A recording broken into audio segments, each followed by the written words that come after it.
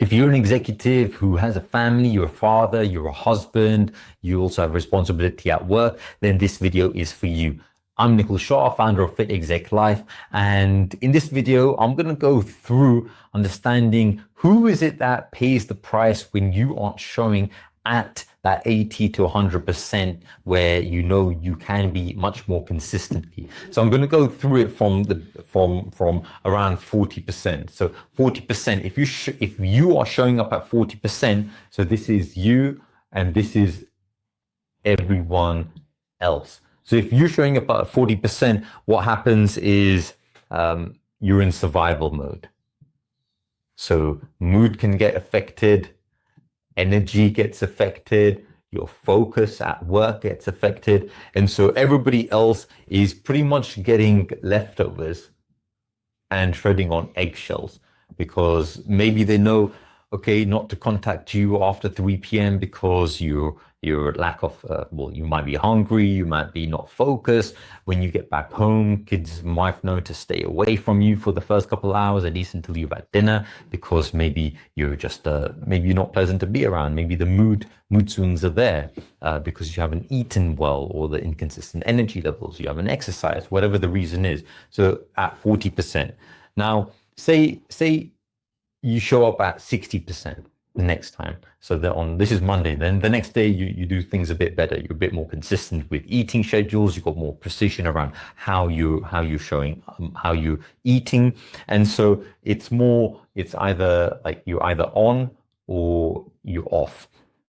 And so let's just say that 60%, that goes towards your team. So your team get your focus. So you're good at work. You leave home, you're really good throughout the day. And then as soon as you get back home, family, they get your fatigue. So your team throughout the day, they're good. They get the best version of you. But then the family get the leftovers.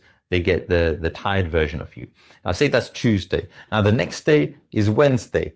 So Wednesday you decided, okay, I'm going to take this up a notch. And so you stay consistent. You stay consistent at sleep times. You stay consistent at eating well, precision, stay consistent with your workouts, with moving the body. And so ultimately what happens is that the kids get a playful dad. The team get a present. Who gets a present? No, your wife gets a present husband, and then your team get a calm leader. So everything is good. And so then you think, you know what, Thursday, I'm going to show up even better. And the key, what the difference is that it's the same. You're showing up consistently, but the biggest difference is that when there is a mishap, when there's something sets you back, it's faster to rebound, to get back up. For example, a high stress meeting, or something happens throughout the day, your ability to get back up faster is just there because how you are showing up. So ultimately, how everybody else sees you is you quicker to get up. And ultimately, that's what inspires other people.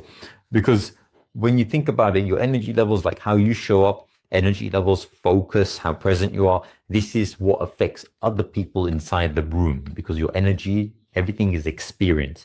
And so it's sometimes hard to be 100% all the time, but if we stay in that 80 to 100% range, then it's much more pleasant for yourself, because you feel better about yourself, but most importantly for other people as well, those people who live with you. So if you think about it, where you are now for the next 10, 20, 30 years, you can continue doing the same habits with the same routines, showing up with the same focus levels, the same energy levels at best, because remember, the body's still aging, whether you want it or not. Metabolism is naturally slowing down. So let's just say you're doing the bare minimum to stay there. So you can do this. Family will get the same version of you, or a less version of you if you aren't taking care of yourself.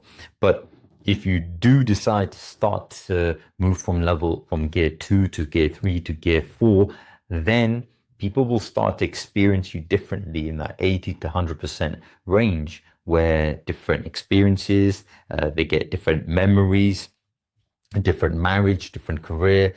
And that's ultimately what life is about, which is those experiences, those interactions. And it all depends on ultimately how you